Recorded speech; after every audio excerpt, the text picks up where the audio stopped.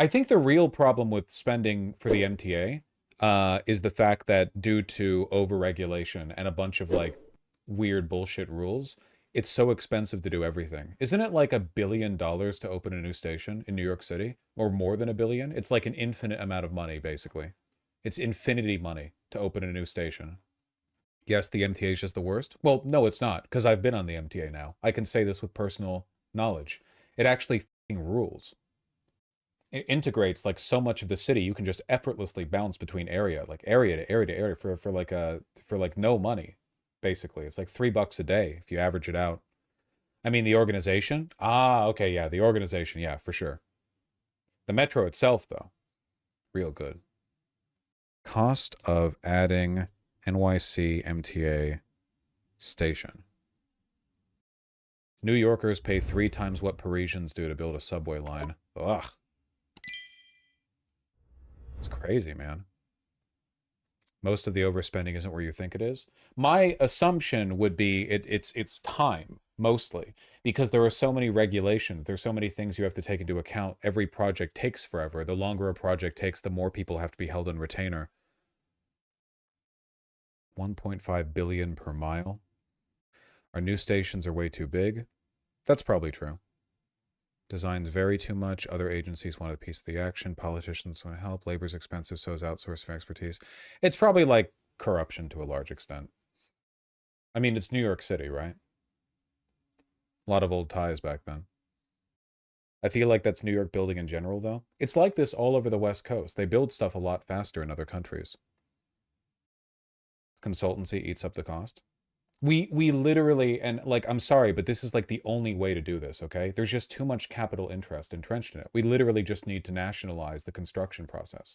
You don't want to rely on outsourced construction companies. New York City needs a crack team of like city, like municipal construction workers, and they work for the city, and their work and expertise is in the city. They're well paid. They know what the fuck they're doing. And they do the work. Yeah, they just write blank checks to private companies. It's insane. The MTA has started an in-house consultancy group to do reviews and stuff like that. That's great. I'd love to see more of that. That's great. You seen that post about, or like the not post, I guess I should say, because it's like a government action, but like the California high-speed rail will be made in like 2060 or something. They keep like scaling back the expectation. China would put that shit up in a year. Yeah. Like unironically, we need to bring back Robert Moses-esque eminent domaining. It's just annoying because it seems like the state had infinite power in the 1950s to look at a black neighborhood in New York and be like, fuck you, and just delete it. But now it's like, no, you can't build a transformative statewide project using tens of billions of dollars because this farmer doesn't want you taking like 0.8% of their land. I don't care. I don't care.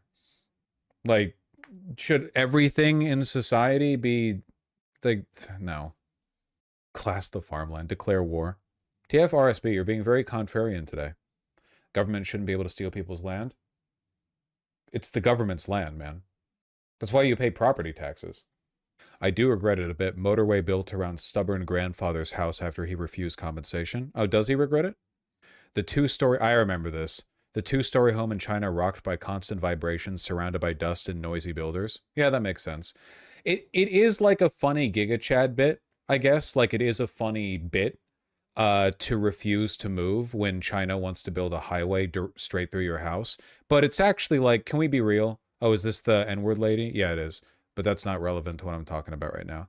Can we be real, though? It is like deeply antisocial behavior, right? Can we all agree on that? That if there's like this massive national project that has the potential to like, this is a highway, so I'm not very highway pilled, but we're talking about high-speed rail here, so... you have like a national project that has the potential to transform the entire goddamn state that you live in. And it's like, he just doesn't want to fucking move. I'm sorry. Like, you're not the center of the world. There's a big world out here. I don't believe this is like, hyper independent American isolationist bullshit. right? The idea of like, fuck literally all of society and the potential for the life to be made better for lots and lots of people. I've gotten used to this house. Just take the payment. Yeah, literal NIMBYism. Despite being offered 180,000. This looks like pounds. Is this one? Is this the symbol for one? It is pounds? Is it in Hong Kong? Why? Oh, this is from independent.co.uk. Okay, sorry, a British newspaper. Sorry, I was confused for a second. Yeah, okay. Isn't 180,000 pounds like a fucking lot of money? Like, I guess it depends on where you live in China. That feels like a lot. Not anymore. No, like to a Chinese person. Like, that would be a huge amount. How much would you have to pay to be moved? Or be paid to move? Dude, if I had a house and it was blocking the construction of an infrastructure project and the government offered me a lot of money, I feel like I wouldn't be that belligerent about it, I guess. Like, I don't know, man. Life is big. Like it's big. You have to understand that sometimes, and it sucks, but like sometimes there are greater things happening. It's like beyond your attachment to a house. Keep in mind, I'm talking about high-speed rail, okay? This is a highway. I'm not as particular about a highway, though I wouldn't want to live in a house that's walled off in the middle of a...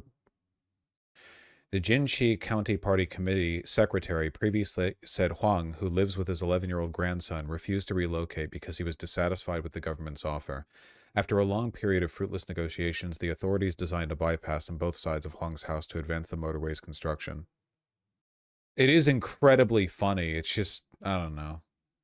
180 pounds sterling equals 1.7 million won. The average annual salary is about 120,000 yuan, which is roughly 16,000 USD. Okay, so it's like 10 years of salary, more or less, kind of.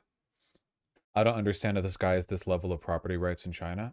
Dude, the CCP is very institutional. They're very like proceduralist. They're not like oh, you've made us angry, like a bunch of dipshit officers with fat pouring out around their tactical gear show up and like menace you, and then later it comes out they didn't know your name and they actually got the wrong place or whatever, you know? If you're doing something illegal, one of which is certain types of critique against the government, like they'll arrest you.